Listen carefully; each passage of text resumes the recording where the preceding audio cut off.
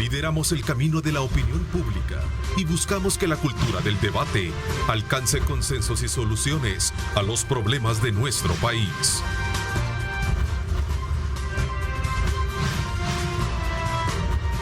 Diálogo con Ernesto López, edición especial. Bueno, gracias nuevamente por estar con nosotros. Muy buenos días a ustedes. Gracias por, desde luego, estar desde muy tempranas horas de la mañana conectados, ya sea por nuestra señal de aire o como también por la señal que enviamos a través de lo digital, ¿verdad? Aquellos que están más allá de nuestras fronteras, con un acceso muy importante, una señal que pueden compartir con sus contactos, y a todos nuestros buenos amigos acá en el país, desde La Paz al Huascorán, ¿verdad? Como decimos. Gracias por estar con nosotros, gracias por darnos ese voto de confianza para el desarrollo de nuestros programas.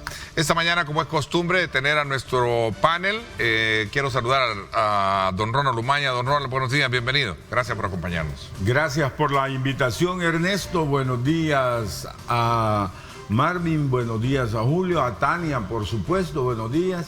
Pero por sobre todo a ustedes, un abrazo fraternal por dejarnos entrar a su casa. Así es, gracias Marvin Aguilar también por estar con nosotros. ¿Qué tal? Bienvenido. Buenos días a todos ustedes, Marvin. ya en modo Navidad y Año Nuevo, ¿verdad? Así parece, ¿verdad? Que acá sí vamos agarrando el ambiente. Exacto, así que un fuerte. saludo a la audiencia. Bienvenido, gracias Julio, también se te saluda. ¿Cómo estás? Buenos días, un gusto compartir con tertulio y sobre todo con nuestro fiel de Así es, voy a saludar también, no sé si ya tenemos, sí, ya está Tania con nosotros, Tania, abogada de la República. Gracias por acompañarnos, Tania Pastor, bienvenida, buenos días. Gracias, buen día Ernesto y buen día a toda la audiencia de Diálogo con Ernesto López. Un saludo a don Ronald, a Marvin, a Lick Valdivieso, que ya están ahí en el set, en ya casi cerrando 2021. Así es, en efecto, yo creo que es importante en ese contexto de la festividad aprovechar, porque sé que cada uno tiene sus compromisos también familiares, poder aprovechar este programa de hoy para hacer un balance de toda la actividad política, económica y social por la cual ciernen la mayoría de temáticas que aquí desarrollamos. Y yo creo que es importante hacer una balanza, poner en una balanza todas aquellas acciones que se han hecho desde el punto de vista del ejercicio de los tres poderes de Estado, para poder ser, desde luego, y tener aciertos y desaciertos en sus valoraciones esta mañana. Antes lo comentábamos con Julio y el equipo y todo el personal de acá de Grupo Megavisión y especialmente de la mañana. Enviar un caluroso saludo a nuestro buen amigo Osvaldo Ruiz, ¿verdad? Quien está precisamente colocando todo su esfuerzo, su sacrificio por salir adelante con todos los desafíos que sin duda alguna la vida a uno les pone. Así es que, Osvaldo, vaya de todo este equipo de trabajo, de diálogo con este servidor, nuestro mejor aliento, nuestra mejor acompañamiento de solidaridad, y vas a salir adelante, primero con la ayuda de Dios y todo con el esfuerzo tuyo, de tu familia y de todos los que también te queremos. Ánimo, Ánimo. Yo igual, Osvaldo, sabemos que sos un guerrero, esta es una batalla más que te va a tocar librar, pero con la ayuda del Altísimo vas a salir adelante. Nuestras mejores vibras para que salgas. Así es, en efecto, voy a desde luego también a desearle a nuestra gerente de comercialización, Sally de Gamero, pues a desearle una pronta recuperación también. Este día ella se somete a una situación también de salud, así es que en iguales términos te deseamos lo mejor, Sally. Bueno, sin duda alguna el tema del cierre del ciclo 2021 trae consigo una valoración general sobre aspectos que tienen que ver de manera permanente y puntual, pero yo creo que es importante entrar bajo esa misma lógica de valoraciones. Don Ronald. Bueno, miren, la encuesta de la prensa gráfica nos dio un diagnóstico de cómo está la situación política a este mes, ¿verdad? Esto es importante, dos cosas hay que verlo y hay que resaltarlo. Uno, que la encuesta ha sido una encuesta muy honesta, muy clara, muy transparente. De hecho, todo el mundo la ha aplaudido, ¿verdad? Entonces, cuando la prensa gráfica dice cosas positivas del régimen, pues se le aplaude. Pero también cuando dice cosas negativas y que son verdad, pues también hay que aplaudirle. O sea, no hay que descalificar en un momento y calificarla en el otro. Cuando yo veo que este es la mitad del camino del régimen, el presidente está a la mitad del camino, solo me recuerdo la anécdota aquella del presidente saliente que le dijo al entrante, ¿verdad? Ahí te dejo 3 sobres, le dijo. El primer sobre es para que lo abras el primer día de tu mandato. El segundo sobre es para que lo abras el primer día del otro año. Y el tercer sobre es para que lo abras el primer día del siguiente año. El presidente electo lo abrió y el primer sobre decía: échame la culpa de todo a mí. Y eso te va a ayudar a gobernar. Como se hizo aquí con los mismos de siempre, se le ha hecho la culpa de todo. El segundo sobre lo abrió al primer año de su mandato y decía: seguime echando la culpa a mí para que puedas seguir gobernando. El tercer sobre, que era para el segundo año, ya era la mitad del mandato, lo abrió y decía: ahora ponete a trabajar, ¿verdad? Que hoy ya no me podés echar la culpa a mí, hoy o hacer las cosas o no vas a hacer un buen gobierno. Este mensaje es para el presidente. El presidente debe de entender y debe de estar claro, que este es el año crucial de su mandato. Este es el año crucial en el cual o él puede arreglar el problema económico o su gobierno no va a terminar bien. Ya los romanos decían en aquella época que al pueblo había que darle pan y circo, ¿verdad? Y este pueblo le está escaseando el pan.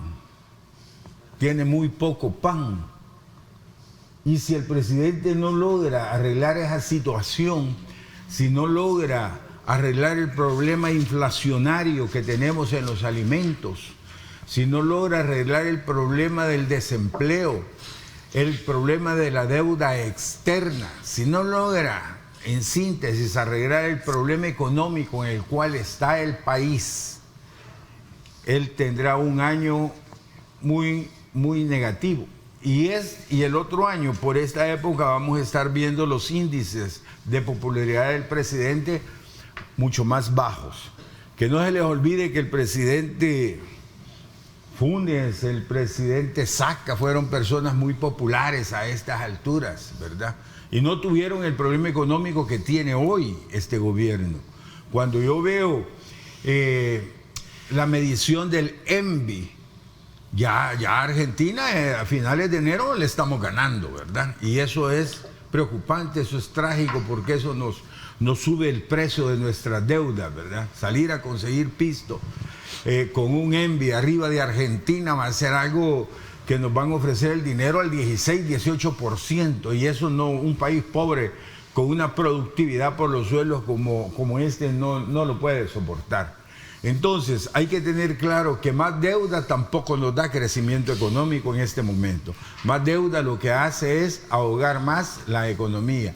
Así que, presidente, ahí le dejo este pequeño índice para que usted vea cómo va a recuperar económicamente al país en este año, y tiene que tener sumo cuidado, porque este es el año que se quieren reelegir todos los que están alrededor suyo, y todos lo van a estar adulando, pero esos son aduladores, esos no son asesores. Así que espero pues que le vaya bien y veremos el otro año por esta época cuál es el diagnóstico que hacemos.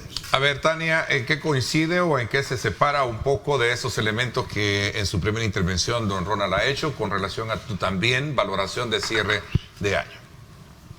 Bueno, en la parte, yo creo que tenemos que hacer el análisis no solamente para el presidente, sino que también para la Asamblea, para el órgano judicial, en términos generales para todas las instituciones públicas. Pero si bien es cierto, hay cambios que se han hecho, en mi opinión, que pueden ser mejores cambios, lo podemos hablar más adelante, como por ejemplo en cuanto a las tarjetas de crédito, el tratamiento hacia los bancos, en cuanto a la ley de transporte y el beneficio para los usuarios, pensiones, agua, etcétera.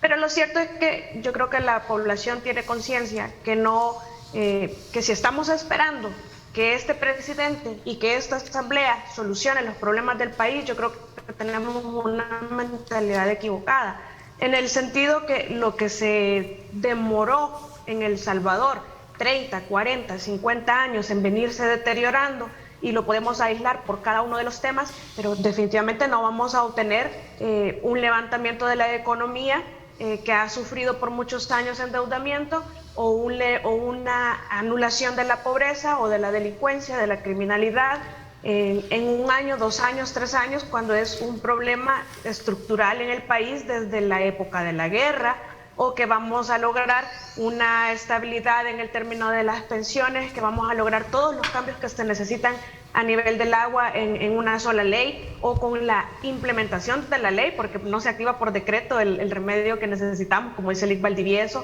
o en las tarjetas de crédito con solamente que nos eliminen la membresía hasta un límite de 2.000 años. Creo que esperamos más en el término de los buses. Es decir, son pequeños avances que pueden ir mejorando con el transcurso del tiempo si se tiene la voluntad y la planificación, porque definitivamente pienso yo que tenemos que estar conscientes, o debemos de tener conciencia, que lo que tardamos 30 años o más en destruir, no lo podemos, aunque se tenga la voluntad, construir en 1 o 2 años. Esto es un plan estratégico a largo plazo. Si hablamos de las maras y las pandillas, estamos hablando de más de una generación de políticas públicas en el sentido de reinserción de las personas que pertenecen a estos grupos de terroristas, que no puede ser igual al de la delincuencia común, y todo el tema de políticas públicas, pero estamos hablando de resultados a mediano, a corto y a largo plazo, y sobre todo estamos hablando también de implementación de políticas públicas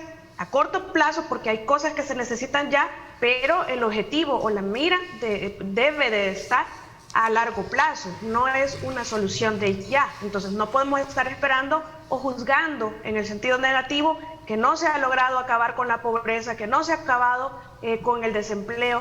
Por supuesto que tiene que verse luces y que tiene que verse claridad de que hay un plan hacia donde vamos, pero no podemos juzgar nosotros que no ha servido este gobierno porque no solucionó el problema en 2 años que tienen de estar, o porque no lo puede solucionar en el siguiente año. Entonces todo esto parte de un análisis crítico que pienso yo que tenemos que tener un equilibrio, y yo quiero cerrar el año de verdad diciéndole, invitando a todos a que tratemos de mantener siempre ese equilibrio y esa tolerancia, porque entonces no, lo que va a pasar es lo que estamos viendo, una polarización extrema en donde o es blanco o es negro, y lo hemos dicho muchas veces, en el intermedio hay una escala de grises bastante amplia en donde es válido que nos coloquemos y donde nosotros debemos respetar que otros también lo hagan. Qué interesante, Marvin. Vamos a ver también, bueno, en el mismo sentido del planteamiento de la pregunta que yo hacía. Hay una cosa que nos deja, igual retomando las encuestas, que nos dejan claro que el gobierno llega a la mitad de su periodo con muy buen saldo, ¿no? Es decir, hay una ampliación del crédito popular, por decirlo así, que la gente le ha dado al gobierno. Cuando analizas, ¿te refieres a la última encuesta de la LPG datos, y también la de la Universidad Francisco Gavidia, que se presentó días antes? Sí. Y esto es, la lectura es interesante porque, por ejemplo, se está evaluando al presidente. O sea, es decir, sigue pesando la figura del presidente a la hora, por ejemplo, de evaluar el gobierno. Casi todos sus ministerios salen bien evaluados. La Asamblea Legislativa, a pesar de todo lo que se ha dicho, tiene una buena nota, un 52%, ¿verdad? Que no lo tenía la Asamblea Legislativa en mucho tiempo. Es decir, la Asamblea Legislativa siempre era entre los partidos políticos los peores evaluados. Y en este caso, el de los 3 órganos del Estado, el judicial es el que se lleva quizás la calificación más baja. ¿Qué es esto? Todavía la gente no está analizando la gestión de gobierno, porque la gente entiende que la pandemia ha hecho que cualquier plan que el gobierno tuviera lo ha retrasado. Llevamos ya que 2 años en esto de la pandemia, y en ese sentido la gente comprende de que cualquier proyecto, como el tren, como el aeropuerto, como los grandes megaproyectos que el gobierno ofreció en campaña, son difíciles de echarlos a andar en una situación como la que está viviendo el mundo, y que El Salvador no es ajeno a eso. Es interesante que la gente todavía tiene esa esperanza de que el presidente va a hacer algo por la población. Y eso es lo que mantiene, digamos, los altos estándares, un 80% según la prensa gráfica, que ya no es el 97%, pero sigue siendo alto cuando incluso lo comparás con los otros presidentes de la región, ¿verdad? Incluso desde el hemisferio de América.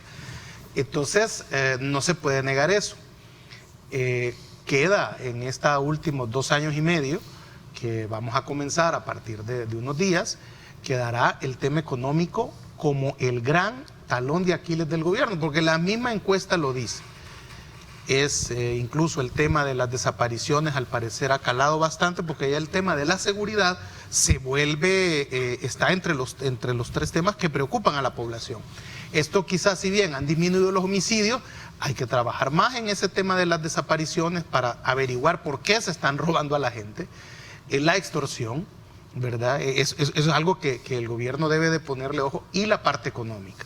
Está claro que el Bitcoin, por lo menos por ahora, para la gente no ha sido un despegue económico, no entienden la gente si esto lo va a sacar de la exclusión económica, y por lo tanto el gobierno debe de seguirle apostando a ese proyecto, ¿verdad? Pero debe de centrarse en la agricultura, porque si se quiere bajar el precio de las cosas en este país, hay que reactivar el aparato agrícola, porque de ahí vamos a comer, de ahí vamos a comprar. Hay un plan maestro presentado recientemente. Exacto. Entonces, este plan maestro, fíjate, debió haberse hecho al nomás entrar en el 2019, porque ese proceso para que el aparato agrícola esté reactivado tarda 4 años.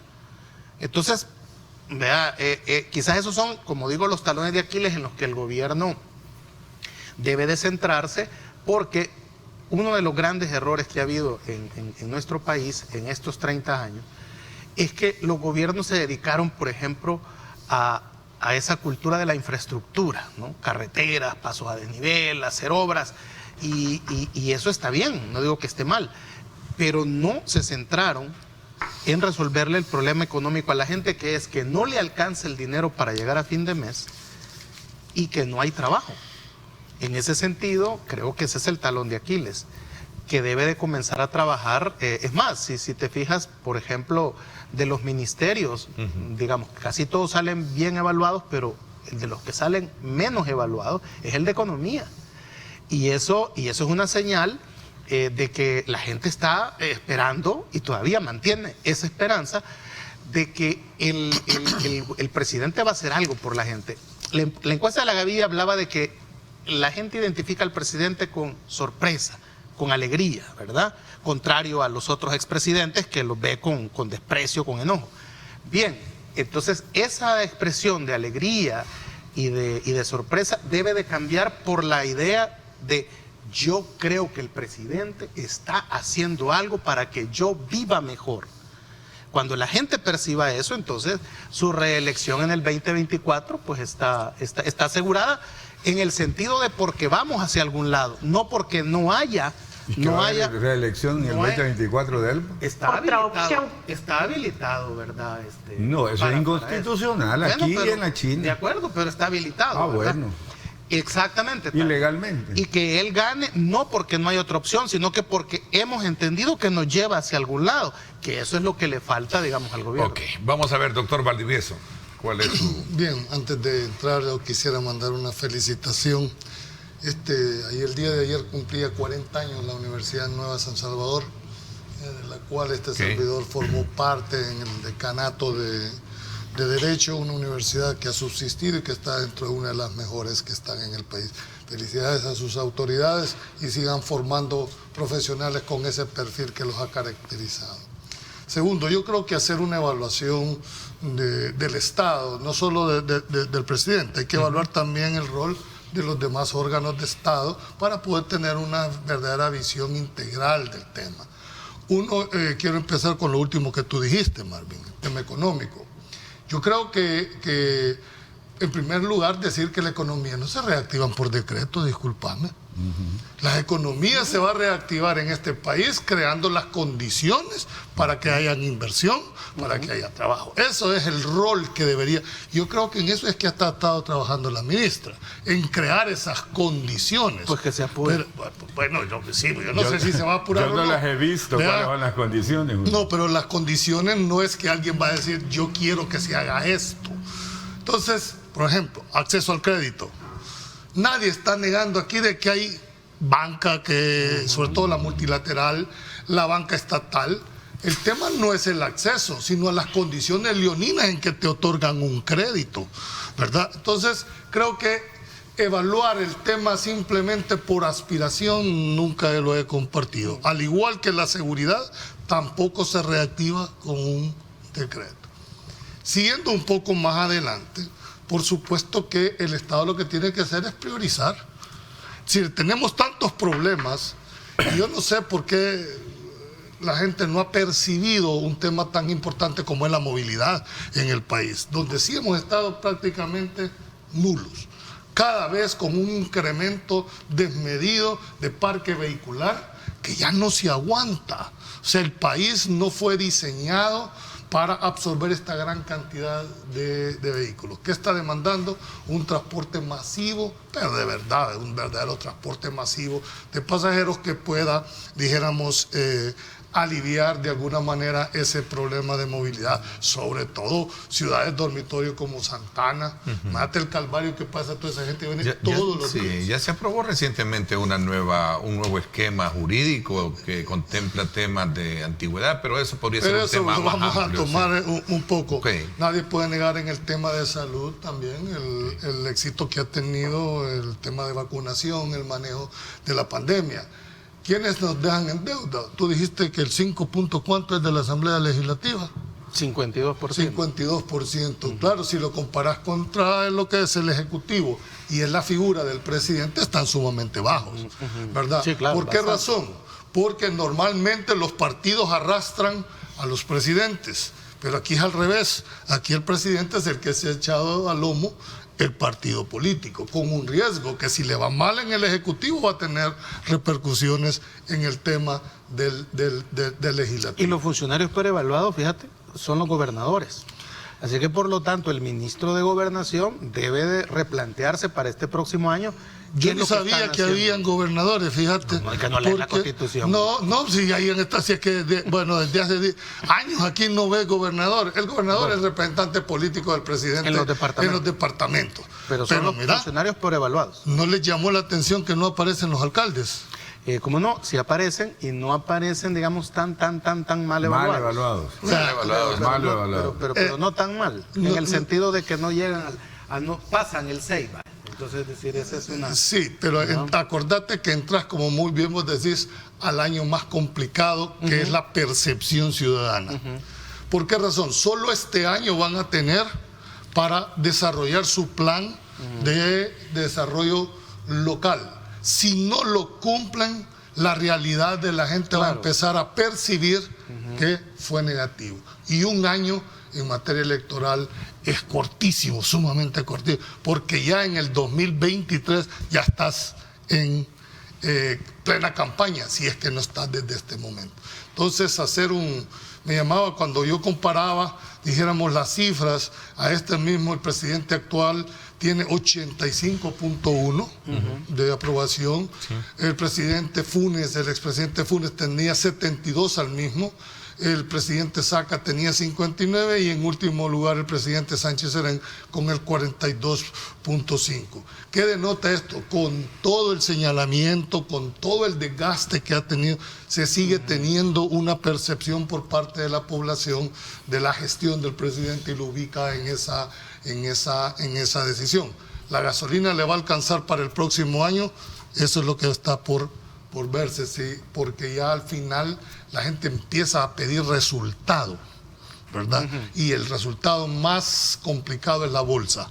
Entonces, la población tiene que empezar a sentir, ¿verdad?, de que le va a afectar o no le va a afectar una decisión en estos momentos. El manejo económico va a ser importante, es decir, si al final el gobierno ¿cómo va a resolver el problema con el Fondo Monetario Internacional? ¿De dónde va a sacar recursos, por ejemplo? El otro año salen a la venta ya los bonos Volcán. Entonces habrá que ver si los bitcoiners abrimos el debate entonces. Vamos a ver, miren. Lenin decía que la cadena vale por lo que vale su eslabón más débil. Y el eslabón más débil de este régimen es lo económico. Y lo económico, como decía Julio, pues no es por decreto, igual decía Tania, ¿verdad? Hay que generar las condiciones para que la economía camine y produzca y tenga productividad y la distribución sea lo más equitativamente posible. ¿Qué es lo principal para que haya inversión extranjera? Porque la economía se reactiva desde la inversión extranjera y desde la inversión nacional. ¿Mano de obra calificada? No, seguridad jurídica primero. Y lo que menos hay aquí en este país es seguridad jurídica. Aquí no hay separación de poderes. Aquí se le dio golpe de Estado a la Sala de lo Constitucional, a la Fiscalía, se purgaron los jueces. Todo ese conjunto de cosas nos lleva a que cualquier extranjero que quiera invertir acá, mejor se vaya a Costa Rica. De hecho, revisamos la inversión en Costa Rica versus la nuestra y la cuestión es crítica para nosotros. Entonces, mientras no se generen las condiciones para que haya inversión, la economía no se va a reactivar. Y mientras no haya un plan, Tania hablaba muy bien de los planes, sí, realmente, si aquí lo que menos hemos tenido es un plan económico, no han habido planes de nada. Entonces, el llamado de atención es serio, es formal. Miren, si no ven la parte económica el otro año, yo grabo todos los programas, pero lo voy a recordar el próximo año. Y de verdad, y no lo hago con la mala fe de estarles haciendo el señalamiento, sino que se los hago porque es una de las cuestiones más serias. ¿Qué dijo Bill Clinton a su equipo de campaña para la segunda campaña? Miren, es la economía, tontos, le dijo a sus asesores de campaña, ¿verdad? Porque estaban hablando de todo, estaban hablando de gastarse el pisto que se habían ganado en el primer periodo y no estaban viendo lo económico. Se fueron a lo económico y ganaron la segunda campaña. ¿Qué dijo el mismo Lenin también? El fin de la política es lo económico, que no se les olvide, por Dios santo. El fin de la política es la economía. Si aquí podemos seguir con el circo, con Ciudad del Bitcoin y con todo lo que quieran, pero el Bitcoin no se come, el archivo wallet ya fue un fracaso y nos ha costado una gran cantidad de millones, que como muy bien decía Marvin, si eso lo hubiésemos invertido en agricultura en el primer año, yo les aseguro que los tomates no estuvieran a 30 centavos. Yo les aseguro que el pan francés no hubiera subido tanto. Pero solo explicarme una cosa, ¿verdad? Y si es tan así, ¿por qué refleja la percepción lo contrario? Hasta hoy. Estamos reflejando hasta hoy. Por eso te puse el ejemplo de los 3 sobres. Este es el año que o trabajan y cambian la percepción de la gente, o a finales de este año vamos a estar cambiando eso. Porque esa encuesta que tú ves, ¿sabes cuántas dosis de propaganda política tendrá? ¿Sabes cuánto pisto le... lo desconozco. Yo no sé si eso es propaganda o no. Estamos evaluando... ¿Se refiere a la prensa gráfica? Sí, correcto. Sí, estamos evaluando un resultado. Perdón que te interrumpa, porque creo que no me interpretaron. O sea, la encuesta está bien hecha, es una encuesta decente, correcta, ¿verdad? Pero tiene esos resultados por toda la propaganda política que el régimen hace para ellos. Y esos son los reflejos. Vamos a ver este año. Siempre hemos dicho... Vamos a ver este año, cuando la propaganda esté versus el hambre en la gente. La pobreza anda en 40%, Julio. ¿Cuánto subió? 12, 13. No, por eso te digo, pero hemos dicho hasta la saciedad que en política la percepción es realidad. Es decir, la gente percibe una realidad que debe de ir acorde con su bolsillo, lo que hay es esperanza. Pero no aún 2 años y medio, hombre. Claro, es decir, yo te puedo esperar lo que hay es 6 meses, pero es que mira, mantener ese ritmo. Es que hay una cosa que los analistas a veces no vemos, y es el hecho de que la gente entiende que ha habido una pandemia y que no le puedes estar exigiendo grandes cambios, grandes resultados, cuando has tenido 2 años el país paralizado. No, pero en eso nadie ha discutido. La pandemia, el manejo de la pandemia, esa es otra cosa. No, lo han súper manejado bien. ¿La pandemia ha afectado a la economía, sí o no? No, por supuesto. A nivel mundial. Por supuesto, no solo en El Salvador. Exacto, entonces la gente entiende eso. Entonces, al entenderlo, la gente dice, bueno, démosle más compás de espera. Ahora les voy a recordar lo que dijo Friedrich Nietzsche. La esperanza es el más cruel de los sentimientos de los humanos, porque te hace más larga la agonía. Claro. Y ahí está el problema. Hasta ahorita hay esperanza. Claro, si claro. yo no descalifico la encuesta, es más, avalo la encuesta. Pero, Ronald, la esperanza es humana. Vamos a ver, licenciado Valdivieso. La esperanza es humana. Es normal que exista la esperanza. Claro que no es de animales, es de humanos. Sí, pero al final de todo esto tenemos números, como tú muy bien decías, es una encuesta creíble, por lo tanto debemos de entender que el resultado es creíble. O sea, no lo estamos diciendo nosotros, estamos evaluando un proceso de esto. Va a ver si esto va a ser sostenible o no, esa percepción. Por eso decía ese yo, es el punto. pan y circo, hay algo está que bien, Ronald, pero equilibrado. Voy a hacer una pausa. Cuando regresemos, le doy la palabra a Tania y también Marvin, ya para que entre también a este debate que ha sostenido en su primera instancia, Julio. Y, es que hay algo que Ronald no ha dicho, ¿sí? Fíjate, que me llamaría la atención en el otro bloque, pero preguntarle, porque no lo ha mencionado. ¿Quién no ha mencionado? Es que también la encuesta es así porque no hay oposición. No. Ok, vamos a hablar de ese punto cuando regresemos a las 7:01. Gracias a usted por estar con nosotros.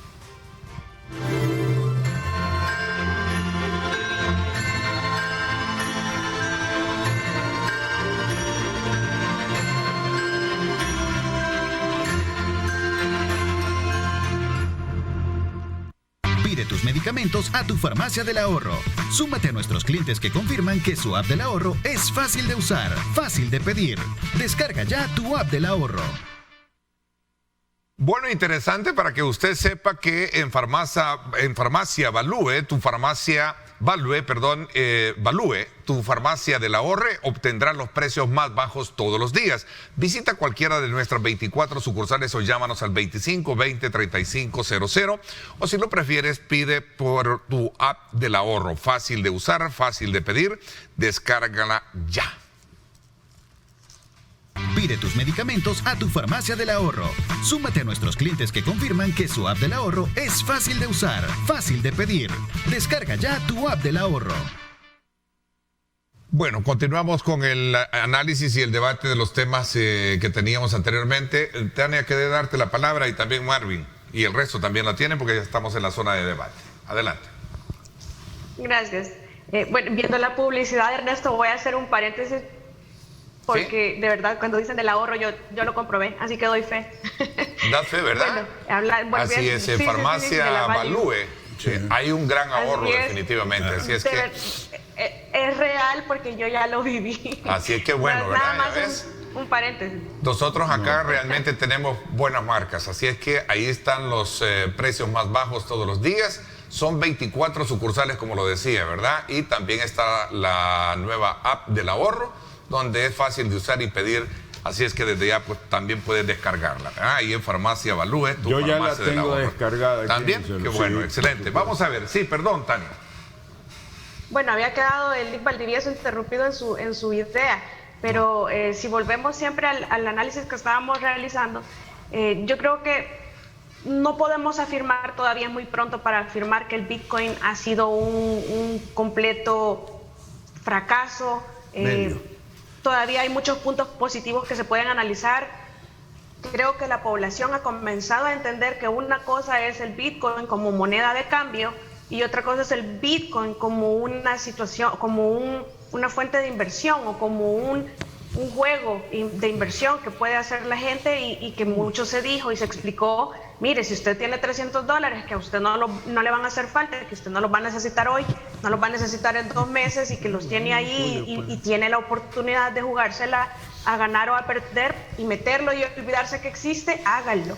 Sí, entonces es diferente y yo creo que no podemos decir hemos fracasado, sobre todo si estamos viendo, por lo menos el tema que mucho se criticó del hospital, del PET, el hospital veterinario. Definitivamente mucha gente lo criticó y dicen, pero es que hay muchas personas que todavía no tienen atención. Y yo digo, para nosotros cambiar estructuralmente nuestra cultura, nuestro pensamiento de maltrato, de violencia, nuestro ciclo, todos esos ciclos negativos que tenemos que trabajar desde abajo, y desde abajo implica respetarle la vida a todo ser vivo. Es decir, tenemos que cambiar la mentalidad en la medida en la que nosotros no podemos enfocarnos únicamente en la seguridad, únicamente en la educación. Tiene que tratarse todo ya, de inmediato y a largo plazo, y en pequeñas dosis lo que es urgente. Y aquí nosotros vemos a diario maltratos de animalitos, que eso significa que una persona de maltratar a un animalito puede pasar a maltratar a sus hijos, a maltratar a su esposa, o la mamá a sus hijos, a alguna vecina. Y ese es un ciclo de violencia que se reproduce y que se multiplica. Entonces, y además es constante y trasciende a la esfera de lo penal. Entonces, decir que el Bitcoin ha sido un fracaso cuando solamente tiene unos meses de implementación, yo creo que no es una posición acertada, en mi opinión, con mucho respeto lo digo. También porque a raíz de lo del Bitcoin muchos habló de la parte negativa, y yo me he ido por este lado porque quiero resaltar este aspecto. La parte de lavado de dinero. Lavado de dinero siempre se ha dado hasta con dólares y con todas las monedas fiat que existen en el mundo. Ahora, El Salvador acaba de entrar al Gafilat. El Salvador es reconocido ahora, tenemos la inspección o el seguimiento en el 2022 y ciertamente se han dado muchas mejoras. Creo que podrían haber sido mejores, porque el hecho que esté en un instructivo toda la reglamentación, creo que debe de llevarse a una ley y al reglamento, no en un instructivo que maneja Fiscalía. Pero sin embargo es reconocido por el GAFI, que es en realidad el ente internacional que establece los estándares en todos los países para la prevención del lavado del dinero y del financiamiento del terrorismo y de la proliferación de armas de destrucción masiva. Pienso que se han dado muchos avances a pesar de toda la... Hay una cosa que decían que iba a pasar. No le había pedido la palabra. Sí, es que hay una cuestión. La Chivo Wallet es un fracaso en este país, no el Bitcoin. El Bitcoin o las criptomonedas, ¿no? La Chivo Wallet es un fracaso acá. El Bitcoin pero la Chivo hasta Wallet hoy... es la aplicación, don Ronald. Pues sí, de eso hablo, de ese proyecto que hicieron de Chivo Wallet, de los que regalaron los 30 pesos, no sé cuántos millones repartieron ahí. La gente sacó los 30 pesos y no la volvió a utilizar. Y a Chivo Wallet que le robó el dinero. Yo creo que el error del Estado que le robó el dinero a muchísima gente. No darle el seguimiento debido a las personas que han denunciado el hurto de identidad para sacar los $30. Para las denuncias que se han dado, porque yo no he oído noticias, las denuncias que se han dado de retención, porque es una especie de retención. Cuando yo mis fondos los tengo congelados, no los puedo convertir, no los puedo transferir. Esa falta de eficacia y de celeridad en el tratamiento de estas denuncias, eso sí me parece grave. Por eso mismo digo, la Chivo Wallet, el negocio de la Chivo Wallet ha sido un fracaso en el país. Aquí se habló de que esa iba a ser una gran transacción, y cuando vemos lo que se mueve ahí es demasiado poco para las cantidades de millones que se le metieron. Si eso hubiese ido a la agricultura, como lo decía Marvin, esto sería otra cosa. Si el Bitcoin es un fracaso en el mundo, yo diría que no, ha sido un éxito, ¿verdad? Ahora, ha sido un criptoactivo que solo ha tenido éxito. Que concluya así brevemente, o ya concluye Tania y luego Marvin. Sí, yo creo que hay beneficios que no se consideran porque uno tiende, como en nuestra cultura, a fijarnos en lo negativo. Yo les puedo decir todo lo bueno que ha hecho o las cosas buenas que se han hecho en el gobierno y en la asamblea, pero me importaría más, como persona que veo el interés de las mayorías, lo que no se ha hecho o lo que se ha hecho a medias. Entonces, lo que sucede con el Bitcoin es que tendemos a ver la parte negativa, si es que la hay, o identificarla, y sin ningún fundamento, porque para eso necesitamos estudios. Tanto yo no puedo afirmar que ha sido un completo éxito, tampoco podemos afirmar que ha sido un fracaso con implementación de 4 meses. La inclusión financiera que significa y representa este proyecto, porque una cosa es la aplicación con la que nosotros manejamos el Bitcoin en El Salvador o las cripto, y otra situación es el proyecto del Bitcoin en El Salvador con la ley. Entonces son dos cosas diferentes, y hay situaciones positivas como la inclusión, y que yo creo que afuera se está viendo, se está discutiendo, y El Salvador es por primera vez, yo sí lo veo en un sentido positivo, mayormente positivos y apartamos los aspectos políticos de quejas de oposición que se trasladan al extranjero. Es visto El Salvador como atreverse a decir, un país del que nunca se habló y al que sí se va a venir a invertir a pesar de las cosas que dicen, lo de la soberanía alimentaria. La otra palabra, con el plan maestro que se va a implementar, que si se debió implementar antes, yo creo que sí. Por supuesto que sí. Lo importante es que se va a implementar y que vamos hacia adelante en ese aspecto interesante. También. Vamos a ver. Uno puede decir que ha sido un fracaso, Tania, porque se estableció que se iba a usar como moneda de curso legal. Eso en 4 meses no se está haciendo. Las remesas que se les ofreció un gran descuento para no pagar cuando las enviaran, siguen. El último informe que yo vi eran como 32, 35 millones que se habían enviado a través de Chivo Wallet y que en comparación con los millones que se envían, pues es muy poco. Entonces ahí en ese sentido la gente no lo está usando porque no saben cómo, porque no los han alfabetizado, por lo que tú querrás, pero la gente no lo está usando. Ahora, ¿pero cuál gente? ¿Cuál estudio respalda la afirmación? Un informe del Banco Central de Reserva establecía que solo un aproximado de 32, 35 millones de dólares habían entrado en remesas al país por la Chivo Wallet. De 200, 300 millones que entran al mes, ¿no? En el caso 600. Que entran al mes, es muy poco. Lo otro es moneda de curso legal. La gente no te está pagando en Bitcoin las cosas. No, sí, para nada. O sea, la gente está pagando en dólares siempre, en tarjeta de crédito, en tarjeta de débito. No te están pagando en Bitcoin. Quienes pagan en Bitcoin es muy poca gente. Y cuando tú revisas, por ejemplo, la encuesta de hogares múltiples, establece que solo un 12% de la población salvadoreña es la que tiene la capacidad de ahorro en el país, Tania. Solo el 12% gana lo suficientemente bien como para decir, pues yo puedo poner $1,000 o lo que le sobre y dejarlo ahí 1 año o 2 años para la fluctuación, porque el Bitcoin sube, de repente baja, de repente sube. Entonces la gente en realidad no tiene una cantidad de dinero para decir, ahí lo voy a dejar, para esperar cuando suba, entonces lo cambio, para esperar que baje, no me importa. Entonces, esa es una realidad que sí la puede hacer el 12% por trading, que es lo que se llama, solo lo puede hacer el 12% de la población. El 88% no lo puede hacer, porque la misma encuesta de hogares múltiples te dice que solo el 20% de los salvadoreños tienen cubiertas sus necesidades. Te voy a dar un dato más preciso de lo que hablaba sobre el tema de las remesas. Según aquí está la página del BCR, habla de que a noviembre tuvimos 6.767 millones hasta noviembre de este año en remesas. Y apuntó que un 0.7% de estas remesas fue recibido mediante las billeteras digitales, que es precisamente lo que tú refieres. Ni siquiera el 1%. Solo quería agregar este elemento para reforzar. Entonces, en el sentido, yo te recomendaría, Tania, que también revisemos la encuesta de hogares múltiples, porque esta es la que por ahorita no hay un estudio.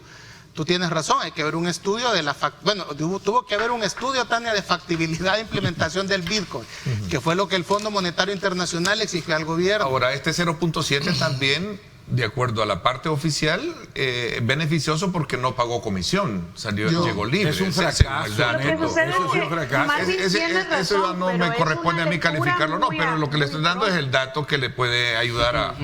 Ahora, eso de comisión, acuérdate que el mantenimiento de los cajeros tiene un costo. Pero deberíamos de reingresar nuevamente al tema. Estamos haciendo una evaluación, ¿verdad? Y se han ido a un punto específico. Claro. Entonces, como volviéramos nuevamente a no, pero era para contraargumentar, porque algunos pensan, no es que el Bitcoin sea malo. Bueno, don Ronald trajo al tema. Claro, pero y quiero decir algo, no es que el Bitcoin, el Chivo Wallet, la criptomoneda, la gestión, es una opción económica, pero es la parte económica del gobierno. Lo importante para el gobierno es la reactivación de la agricultura. Me enteraba esta semana, ¿cuánto es que deben ustedes los caficultores? Como 270 millones. 270 millones, que si no les ayudan, les van a embargar. Entonces se van a perder todas esas propiedades y toda esa producción. El día que la caficultura truene en este país, agárrense. Se acabó el agua. Es el único bosque que detiene el agua en este momento de recaptación.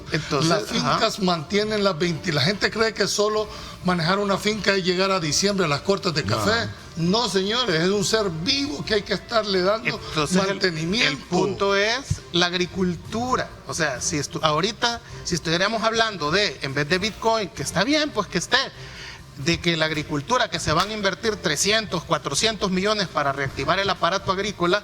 Hombre, si esto fue una promesa de campaña. Yo lo regulo en una sola frase: la seguridad alimentaria de este país está en riesgo. El IRA Nosotros no dependemos. Si no hay agricultura, no hay comida. No hay comida, así de fácil, hombre. Si aquí no hay que andar inventando la rueda. Estos 2 años y medio son para wallet eso. No se come. No. Ok, voy a hacer una pausa y regresamos con otros temas que seguramente están... Los macarrones y el atún, sí. Ya ni a quiere la gente. Bueno, vamos a la pausa. Cuando regresemos, introducimos también otras valoraciones en términos de los aciertos y desaciertos que al cierre del año 2021, esta mañana de día viernes, estamos haciendo con nuestros panelistas. Gracias por estar con nosotros.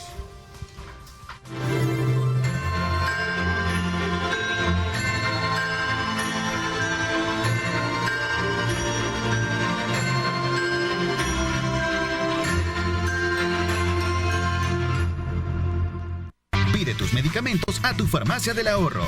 Súmate a nuestros clientes que confirman que su app del ahorro es fácil de usar, fácil de pedir. Descarga ya tu app del ahorro.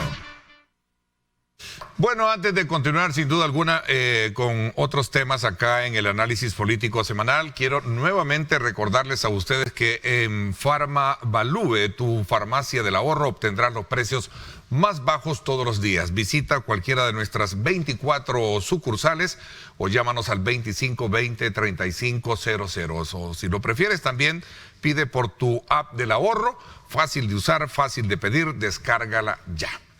Bueno, esta semana también conocimos de otro tema importante que se puede poner en el contexto de, digamos, de los temas vigentes de este año, que fue precisamente este proceso de desafuero que terminó aprobando la Asamblea Legislativa con los partidos de Nuevas Ideas, Gana, PCN, PDC y creo que también Vamos, ¿verdad? Con relación a que el desafuero fue aprobado con 66 votos, ¿eh? A ver, Julio. Bueno, yo quiero ver ahorita qué es lo que va a pasar. Esto ya era una crónica anunciada, sí, ¿verdad? Del resultado. Creo que ahorita entramos a una de las fases del control jurisdiccional que va a tener. Y creo que como estas diligencias, una vez de que la Asamblea declaró que ha lugar a formación de causa, tienen efectos inmediatos, de acuerdo con el reglamento interior.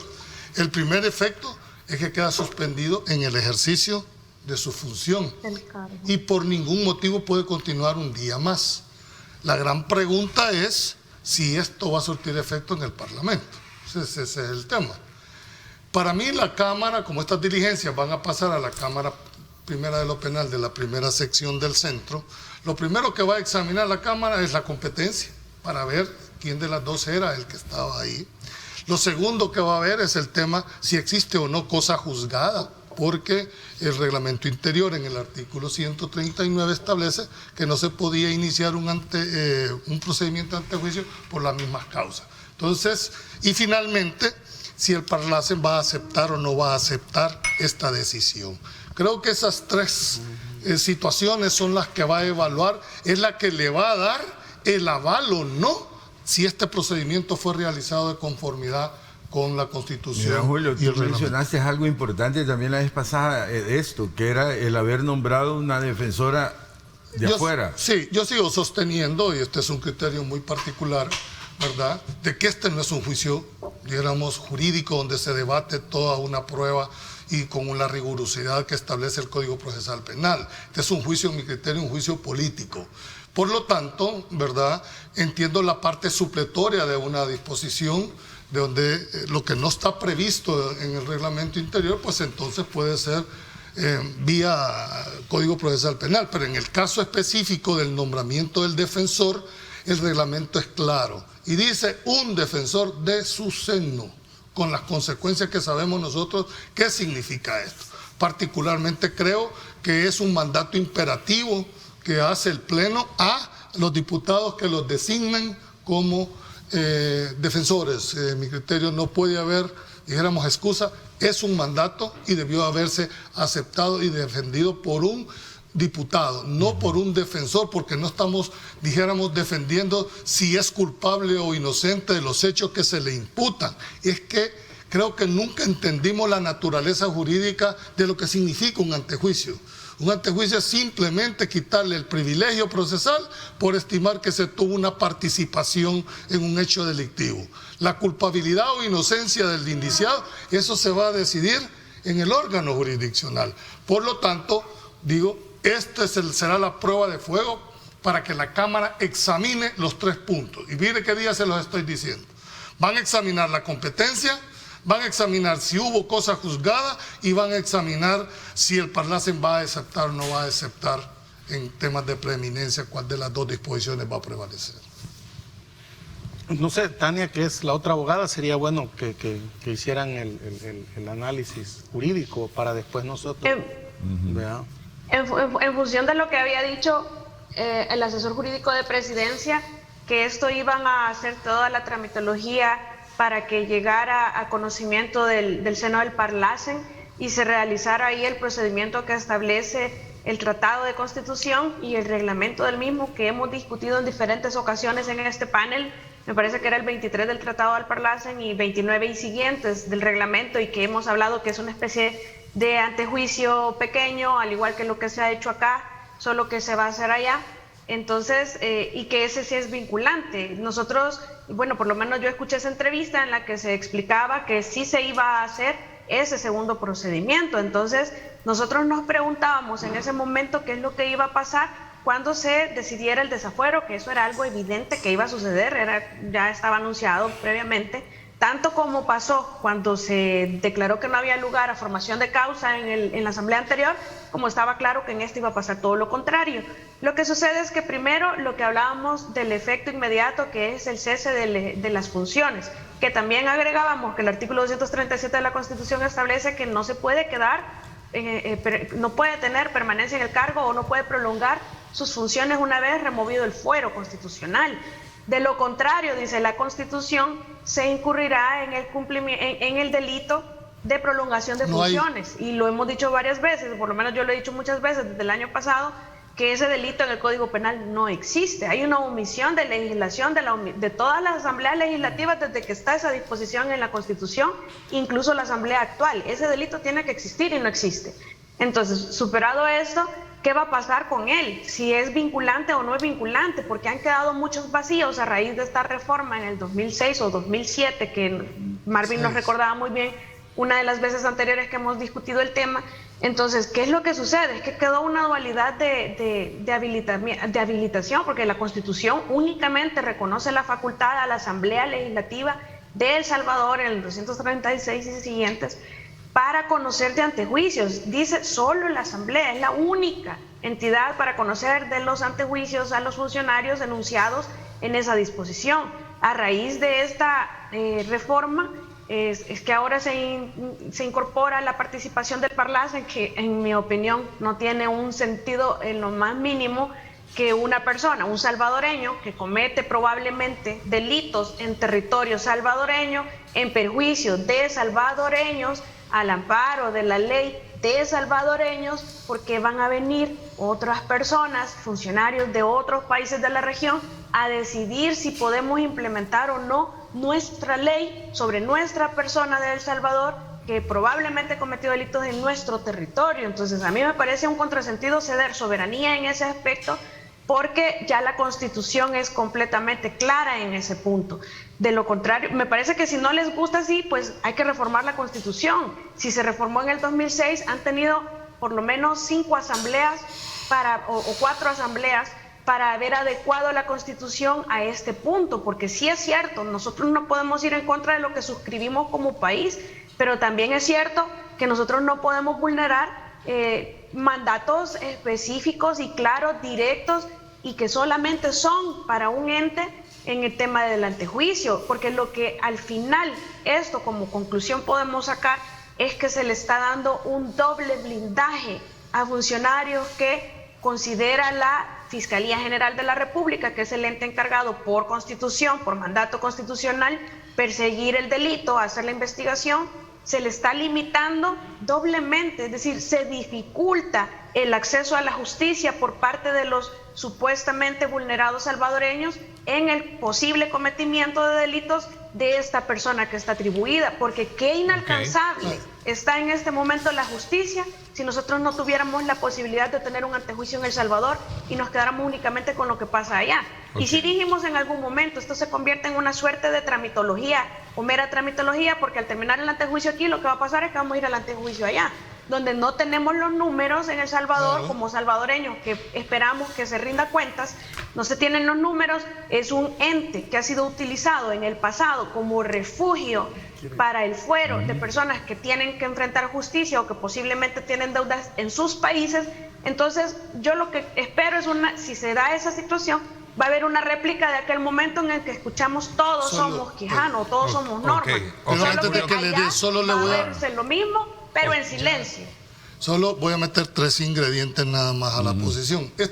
Estos casos reviven ya la necesidad, dijéramos, de hacernos la misma pregunta. ¿Es necesario seguir manteniendo el Parlacen?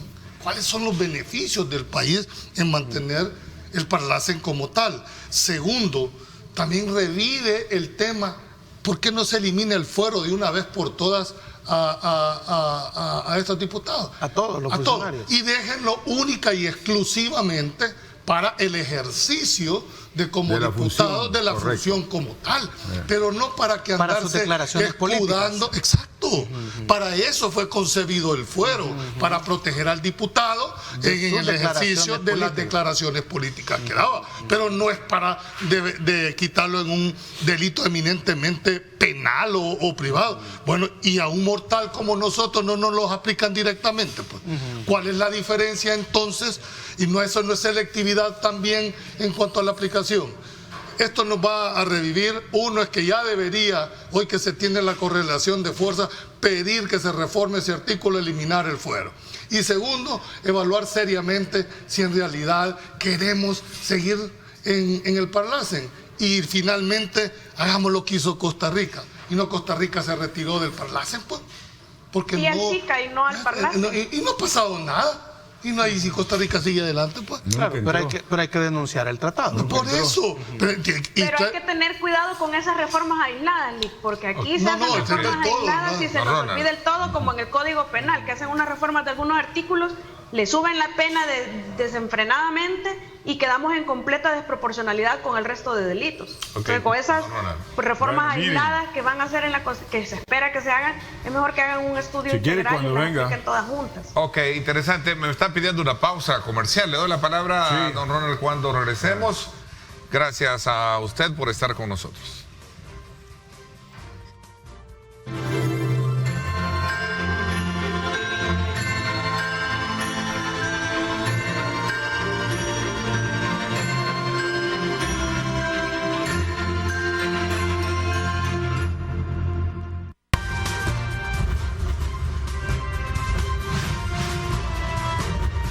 Diálogo con Ernesto López, edición especial.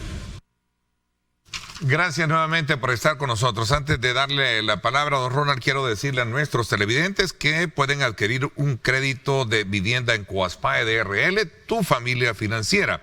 Tu casa es una necesidad de familia. Llámenos al PBX 2205-4800 o visite cualquiera de las 6 agencias de Coaspae DRL, tu familia financiera. También hay un WhatsApp para que usted pueda escribir 60 62 30 64.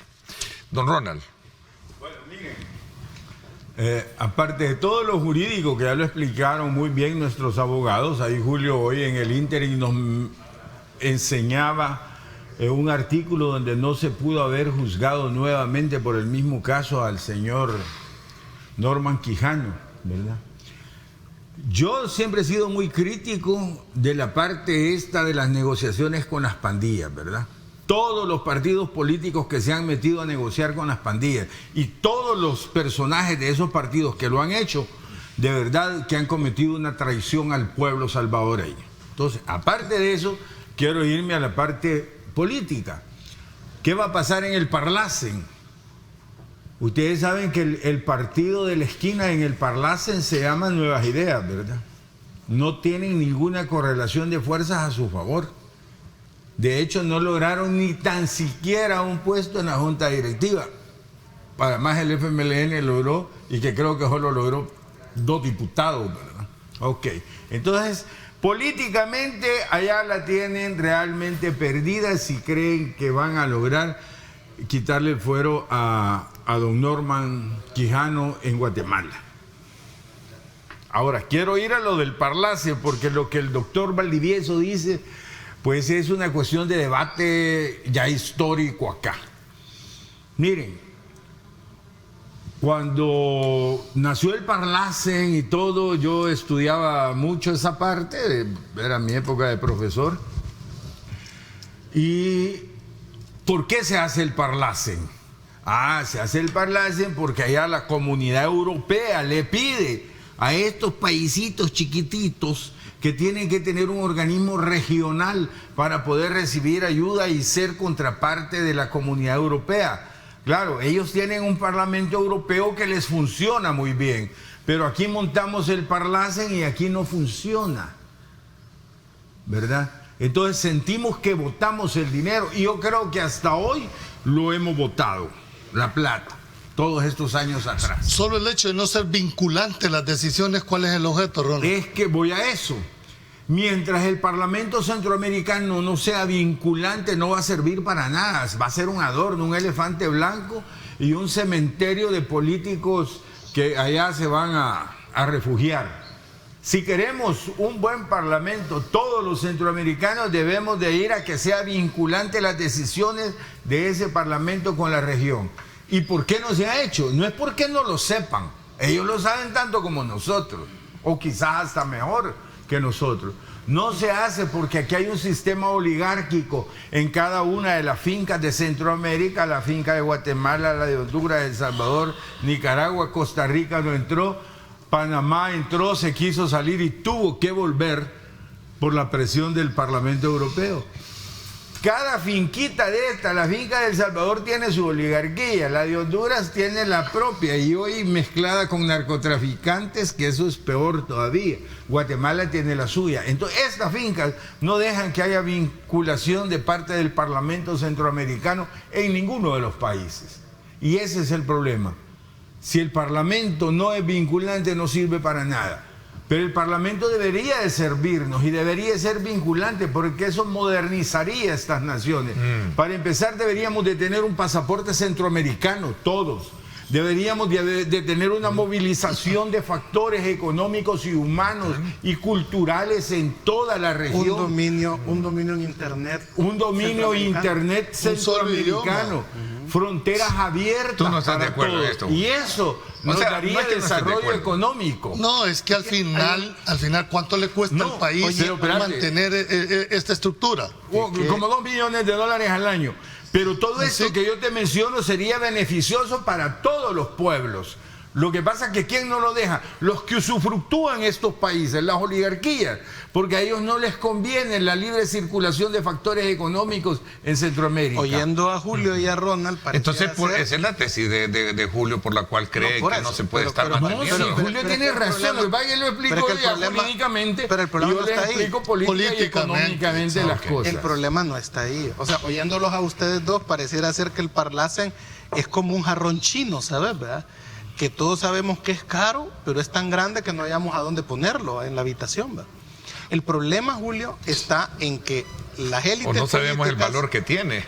No, es decir, sí sabemos que es caro por todo lo que le puede costar a todos los países. No, y que sería valioso utilizarlo bien. Pero el punto es que si aquí tenemos una Procuraduría para la Defensa de los Derechos Humanos, cuyas resoluciones no son vinculantes... Excepto en 2 casos. Entonces, y nadie está hablando que hay que desaparecerla, porque en realidad es un adorno. Pero es diferente. Es un adorno lo que está ahí, y el procurador no sirve para nada. Entonces, el punto es que las decisiones deberíamos de hacerlas vinculantes. Quizás el problema no está en desaparecer el Parlacen, sino en volverlas vinculantes. El Salvador podría dar un primer paso, volviendo vinculantes las resoluciones del Parlacen, independientemente... Tiene que ser de todos los miembros. Porque vas a caer en la dualidad también de las decisiones. Por eso es que se reserva. Pues no te acuerdas que se recurrió a la Corte Centroamericana de Justicia. Y ahorita no vamos con el caso de Quijano otra vez a una dualidad de órganos, pues. Entonces, hay que entender que el Parlacen es un órgano supranacional. Yo lo te voy a aclarar. En el caso específico, para efectos del reglamento interior, ¿verdad? Ya hay un desafuero. Claro. Yo no sé qué es lo que van a ir a hacer al Parlacen. Porque tiene el fuero de allá todavía. No, es que no puedes tener dos fueros, hombre. Y hay dos elementos. El fuero es un solo privilegio procesal. El Parlacen tendría entonces que, por trámite, también desaforarlo porque ya se le quitó el fuero original. Ya vamos a ver, por eso dije, y mira qué día lo dijimos. Esperemos a ver qué va a decir la Cámara. Hay dos cosas en esto. Ahí estamos claros. Hay dos cosas en esto. Consultando con algunos colegas, con el Ronald Umaña de Honduras y con el Julio Valdivieso de Guatemala, les preguntaba yo sobre qué posibilidades ven ellos que hay una correlación de fuerzas que el Parlacen desafore a este diputado salvadoreño. Y entonces, ¿y cuál es el delito? Pues que dicen que negoció con las pandillas. Y me dicen, ¿y vos crees que en Honduras y en Guatemala los políticos no hablan con los pandilleros? Si aquí eso es normal, aquí hasta hablan con los narcos. No es delito.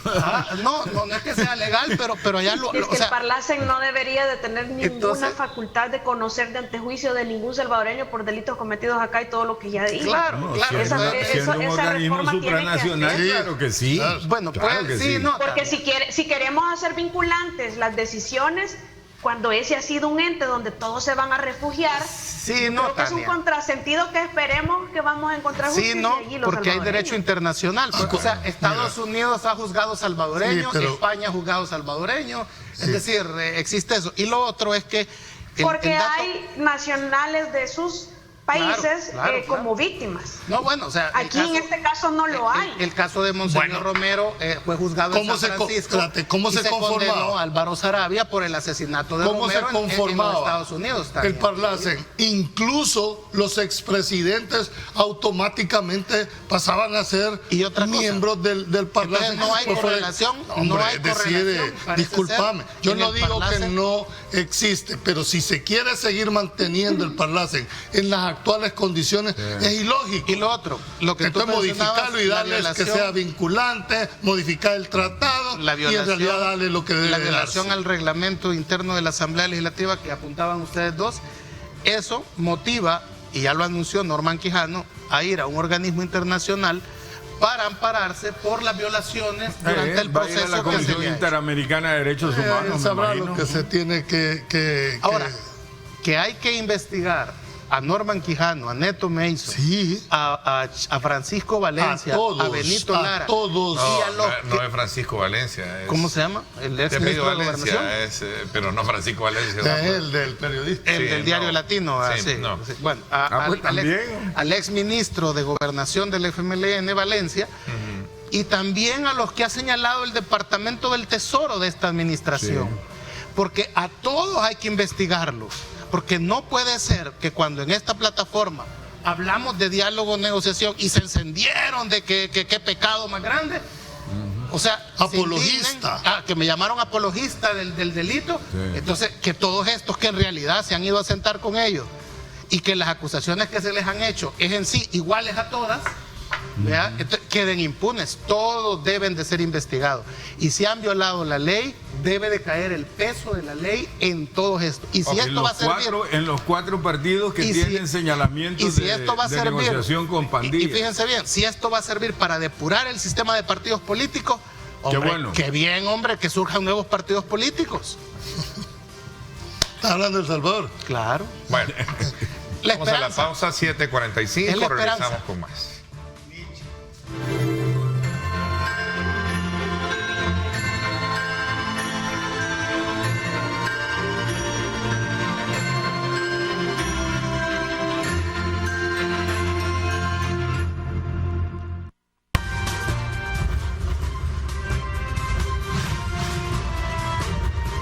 Diálogo con Ernesto López, edición especial.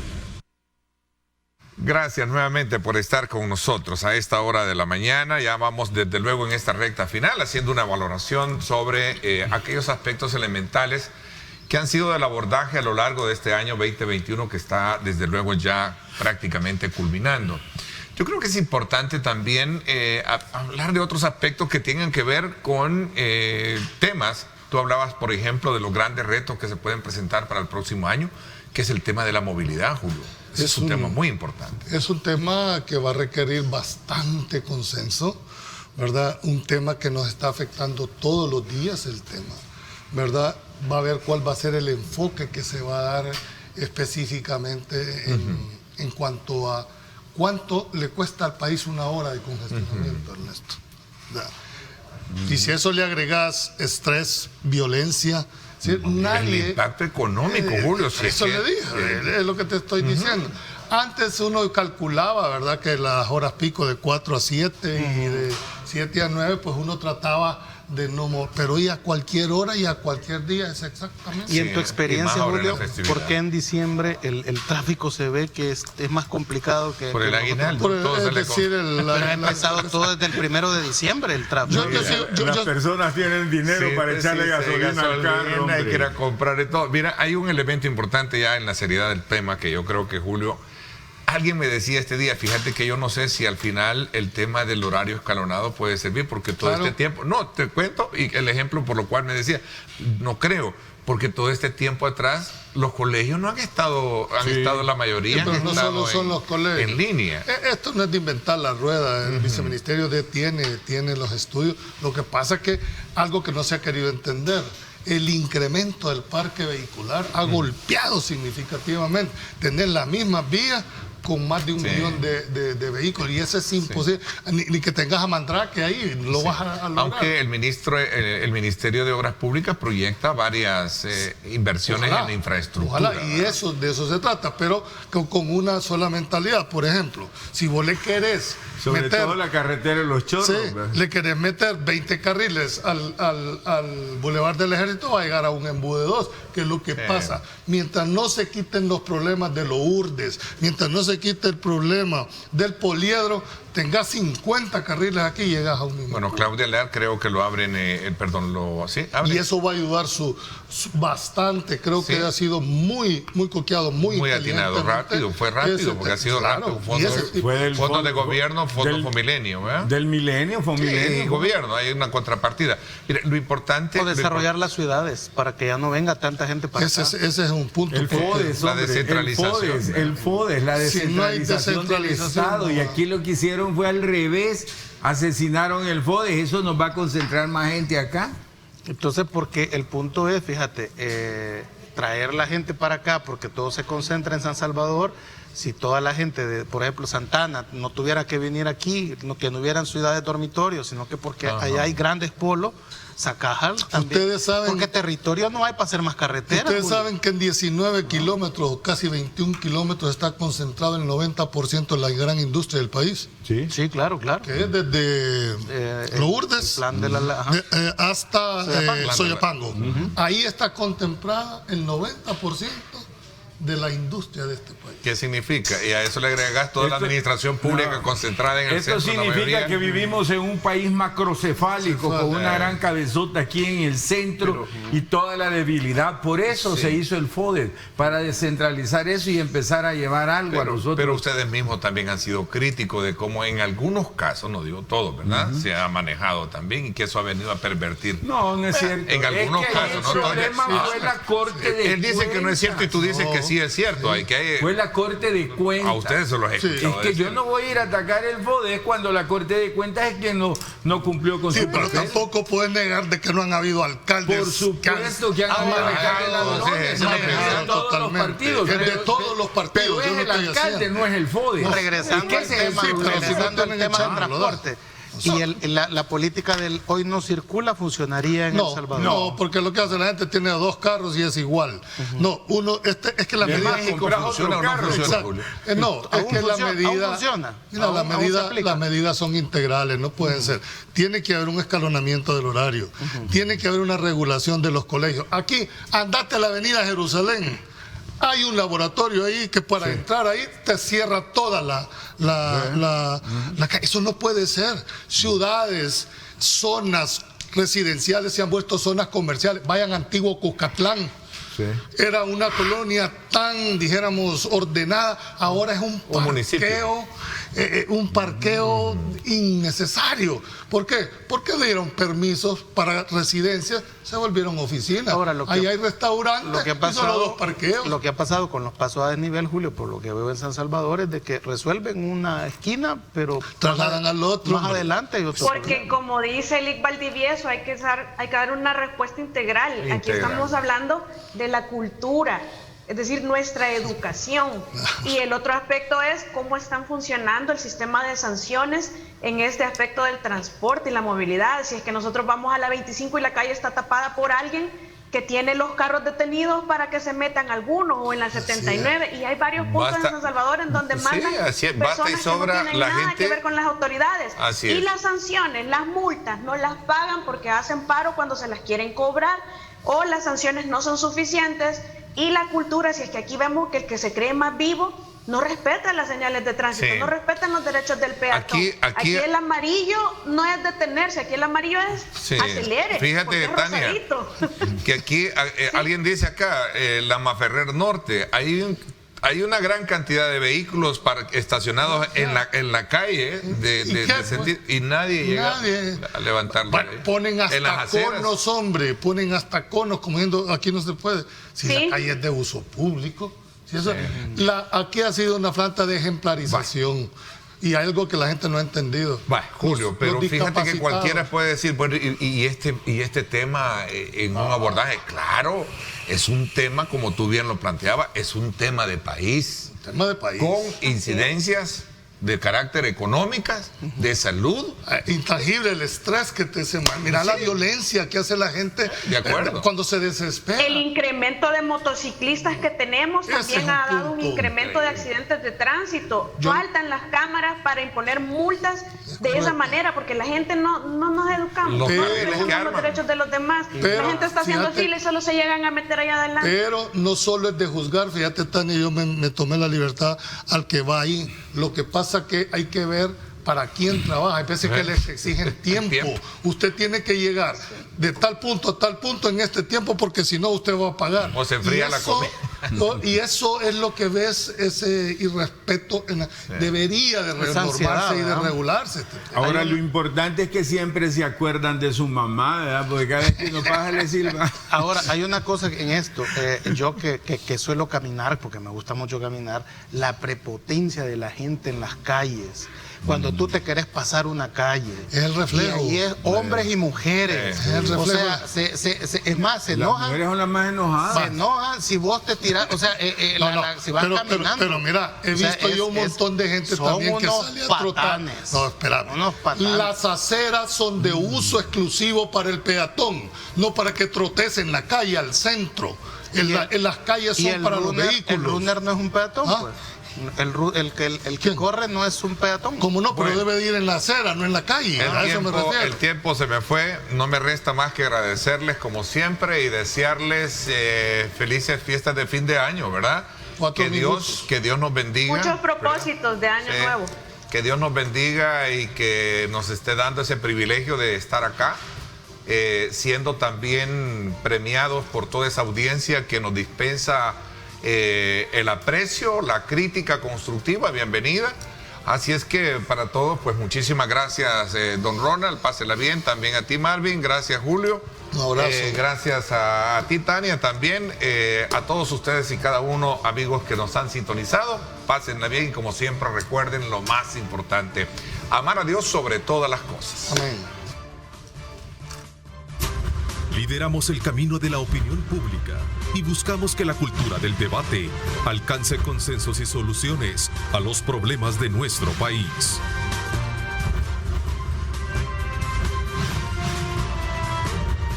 Diálogo con Ernesto López, edición especial.